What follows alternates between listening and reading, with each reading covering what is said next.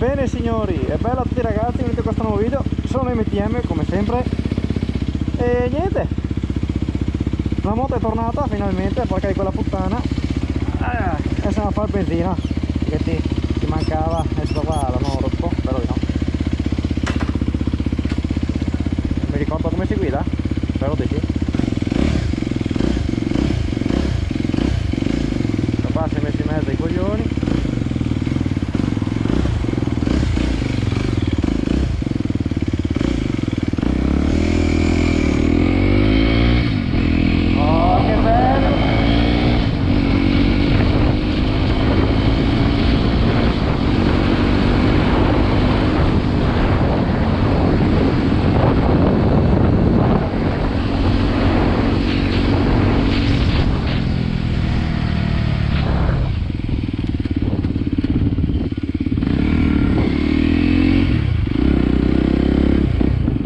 Pezzi di merda.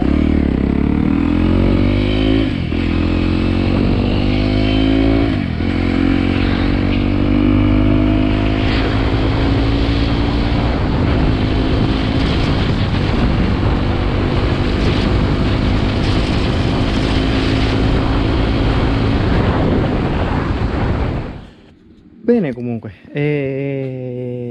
cosa aveva la moto? La moto praticamente aveva un sensore della ventola, che adesso non ho capito dove cazzo sia, che costa all'incirca, giusto per farvi l'idea dei prezzi, 15 euro, e sta porca di quella puttana di merda di ventola che non si sa perché non partiva, e costa la bellezza di 125 euro, quella merdaglia lì di ventola, mi tocca dire.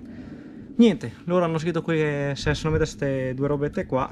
Per me c'era altro sotto, tipo la valvola, robe così, anche perché praticamente vi faccio lo stesso vedere. Sta puttanata di merda di vaschetta qua si riempiva da far schifo. E niente, cosa dire di tutto quanto? Che nell'insieme di tutte queste cosette qua, praticamente il carro attrezzi mi ha spaccato il specchietto di destra, non so se si vede, eccolo là. Così adesso devo smadonnare perché quella puttana tramite il meccanico e fare la foto, mandare via email e niente. Questo è praticamente il tutto.